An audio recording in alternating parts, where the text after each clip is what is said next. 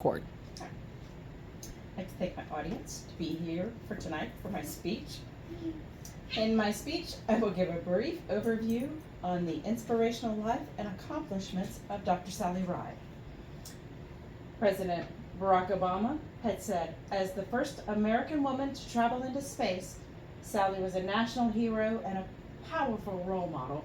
She inspired generations of young girls to reach for the stars and later fought tirelessly to help get them there by advocating for a greater focus on science and math in our schools. Let's learn a little more about this national treasure. Sally Ride was born on May 26, 1951 in Encino, California, to Carol and Dale Ride. She had a happy childhood and a loving home with parents that encouraged her to explore the world around her and supported her interest in science and tennis. And Sally was a very good tennis player. She ranked in the top 20 nationally as a junior player, but decided that it was a little too physically taxing to be a professional tennis player and decided college would be a better idea. So she enrolled in Stanford, where she earned 4 degrees. Wow. Bachelor of Science in Physics, a Bachelor of Arts in English, and both Master of Science and a doctorate degree in physics.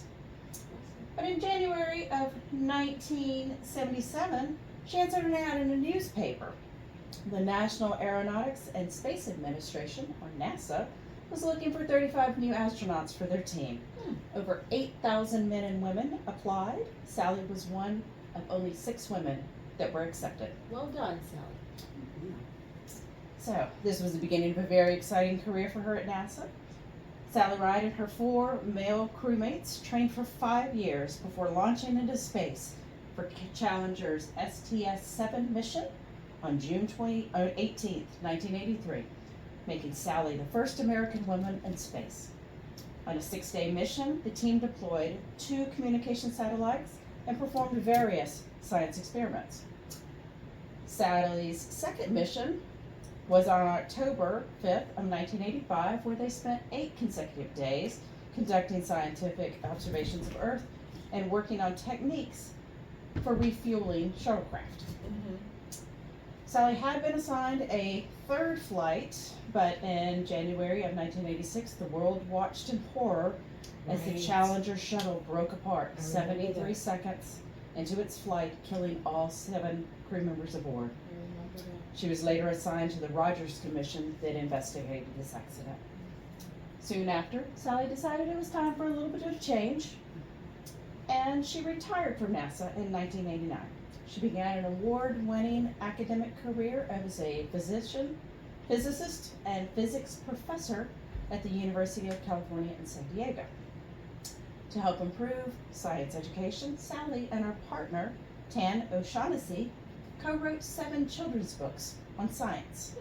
Sally also initiated and directed NASA-funded education programs for middle schoolers to encourage STEM research for STEM careers for children.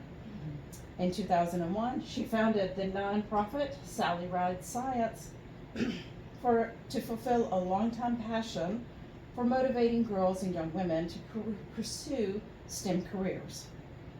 Sally passed away on July 23, 2012, after a 17-month-long battle of pancreatic cancer. She was 61. In conclusion, Dr. Sally Ride was a pioneer and an inspiration in leading the way for women in science and space exploration.